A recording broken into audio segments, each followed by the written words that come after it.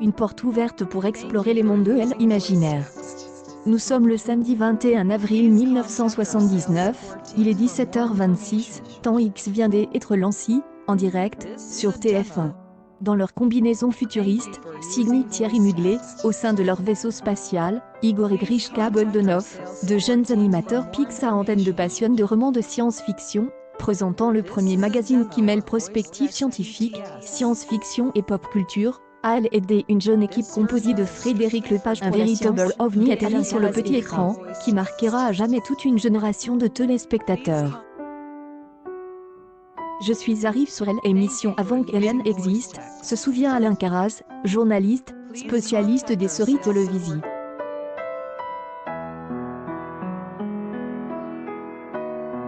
En 1979, avec un copain des écoles, François Junior, Alain Caraz lance le Fanzine Star.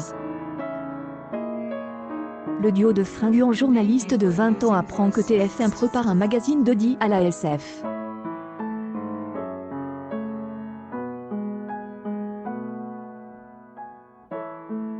François Junior écrit à Jacques Mosso, directeur des programmes pour la jeunesse de TF1, afin d'écrire un article sur ce projet.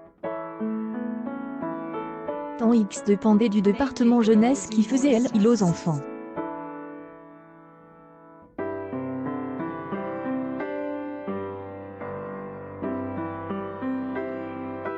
Ça peut paraître aberrant, mais c'était comme cela, commente Alain Caraz. Jacques Mosso leur accorde un entretien avec les frères Boldenov.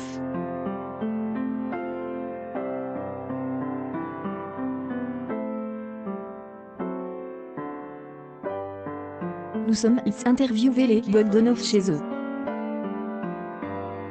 On y reste 1 heure, mais ce sont eux qui nous ont interviewés, rit Alain Caraz.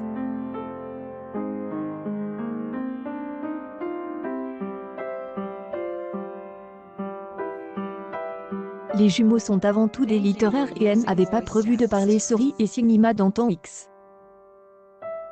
À la fin de l'entretien, ils nous ont proposé de leur donner un coup de main, on a dit oui, raconte Alain Caraz.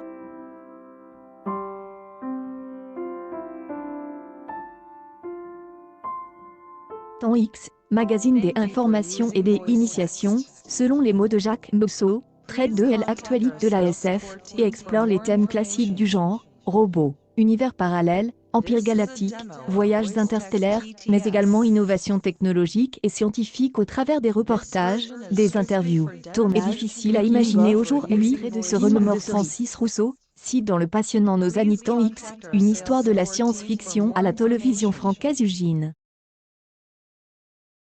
X est tourné en direct sur le studio 3 de TF1, rue Cognacq, entièrement en incrustation.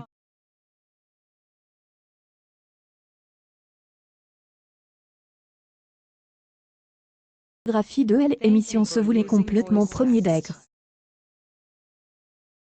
Le vaisseau spatial, les costumes, etc.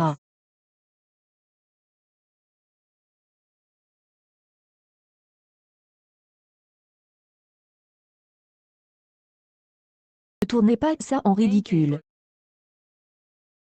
Une émission de variété avait un décor de variété avec des nudes de plate et des paillettes. Temps X, c'était de la SF avec un décor de SF, raconte Alain Caraz. Une double barre des incrustations qui nous permettait de nous deux placer dans le 2 corps. A. L.E. POC, dans le journal de TF1, il y avait 2 ja, ce pros 2, mais il n'en était pas question pour le présentateur de ce dont X est à la pointe de l'innovation télévisuelle Boldenov dans le même ouvrage. 99,99 courriers que on recevait à l'époque, et de l'impact médiatique de l'émission portée sur Igor et Grishka, leur charisme, leur jomélite, leur costume, le vaisseau spatial. Rien sur les contenus, expliquait Alain Caraz. La SF est moins répandue à cette époque et surtout, beaucoup moins bien vue.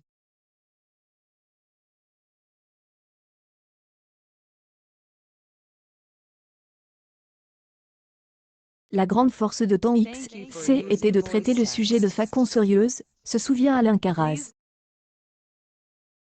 Les amateurs de SFN n'étaient pas honnis, mais ceux qui avaient un intérêt pour le sujet se sentaient un peu seuls et ignorés par les autres.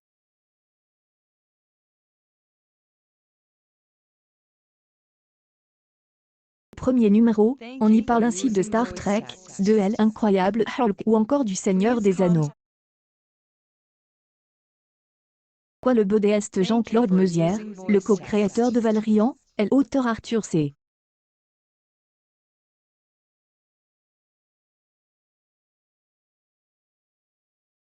Clarke ou encore l'artiste HR.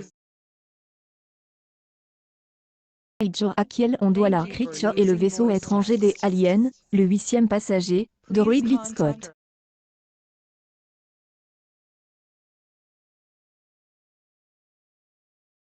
N'avait aucune pression, ni celle de TF1, ni celle des spectateurs.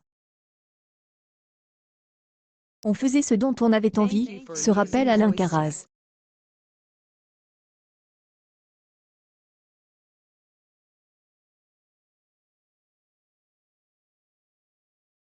Douglas Trumbull, pionnier des effets spéciaux visuels en 1968 avec 2001, l'Odyssée de l'espace de Stanley Kubrick, Stan Lee et Jack Kirby, George Lucas sont interviewés pour Temps X. C'était excessivement facile, tout simplement parce que ces gens là n'intéressaient personne d'autre en France.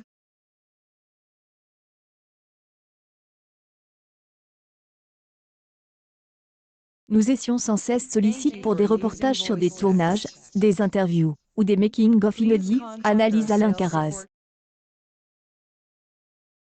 Reportage sur le tournage de Doctor Who, montage du making-of inédit de Shining de Stanley Kubrick, dit Joner avec Leonard Nimoy de Star Trek, une liste de souvenirs qui donne le vertige à tout geek qui se respecte. Quand on pense à Temps X, on pense évidemment aux séries.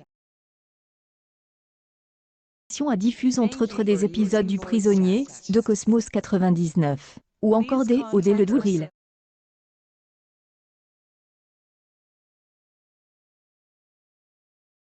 Que on ne pouvait voir nulle part ailleurs à l'époque. Je suis le plus fier, c'est la 4e dimension, lance Alain Caraz.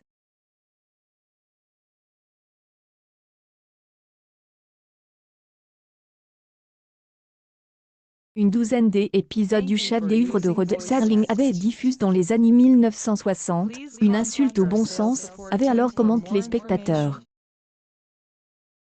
Alain Caraz propose la série à TF1 en 1984. Cette série est formidable, elle fait une demi-heure, mais elle est en noir et blanc, et il faut la doubler, alerte-t-il. TF1 prend le risque probablement en raison de son format qui permet à Igor et Grishka Bogdanov de faire un magazine chaque semaine, et de simplement jouer les hôtes pour présenter la série une semaine sur deux.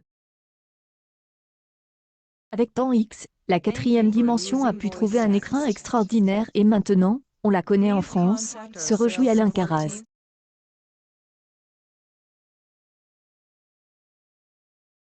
Dans le Poste, un public de niche qui se sentait mal aimé et maltraite, estime Alain Caraz. La mission fait un tabac chez les 15 à 25 ans, les ados et même chez les 8 à 9 ans.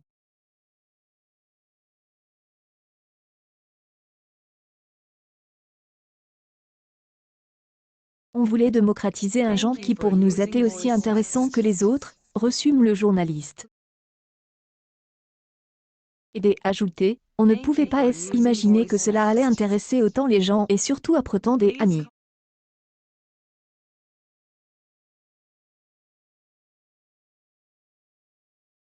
On avait su cela, on aurait été écrasé par le poids de la responsabilité. C'est et maintenant, avec les réseaux sociaux, que je aime en rendre compte.